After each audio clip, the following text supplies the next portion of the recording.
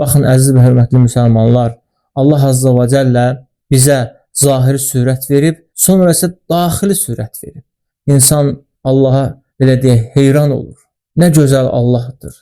Nə qədər Allah Azza və Cəllə gözəl surət verəndir. Nə gözəl yaradandır. Necə ki Allah Azza və Cəllə buyurur: "Və laqad xalaqnal insana fi ahsani taqvim." Biz insanı ən gözəl biçimdə yaratmışıq. Yəni insanın mövcudluğu, varlığı və onun zahiri, onun daxili nə gözəl biçimdir Allah Azza və Cəllə. Yəni ey insanlar, sizi hər tərəfli biz gözəl yaratmışıq. Üzvlərinizlə gözəl yaratmışıq. Cildinizlə gözəl yaratmışıq. Ürəyinizlə, beyninizlə gözəl yaratmışıq. Və onları müəyyən yerlərdə yerləşdirmişik. Onlara xüsusi funksiyalar vermişik. Bunlar hamısı Musavvir isminin təcəllisidir. Bütün məxluqata təsvir verən, sürət verən Rəbbimiz nə gözəl Rəbdir.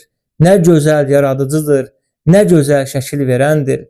Və Allah Azza və Cəllə bütün məxluqatına sürət verib. Adəmdən Xatəmə qədər, Adəmdən son insana qədər Allah Azza və Cəllə məxluqatlarına sürət verib. Zahiri sürət və daxili sürət və orqanlar.